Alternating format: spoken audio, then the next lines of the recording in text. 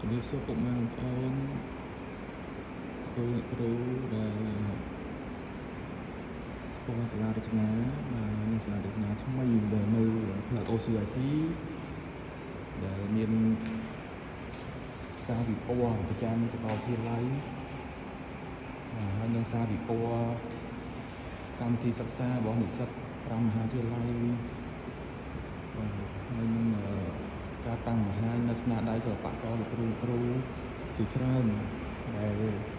មាននៅទីនេះអាចមកទស្សនាបាននៅសាកលវិទ្យាល័យភូមិន្ទវិចិត្រសិល្បៈថ្មីផ្លូវ OCIC Gallery បើករៀងរាល់ម៉ោងធ្វើការសូមអញ្ជើញមកទស្សនា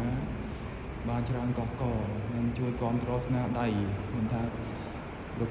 គ្រូអ្នកគ្រូសាស្ត្រាចារ្យសិល្បករនិងបងប្អូននិស្សិតសុទ្ធតែមានឱកាសក្នុងការបង្ហាញនៅស្នាដៃរបស់ខ្លួន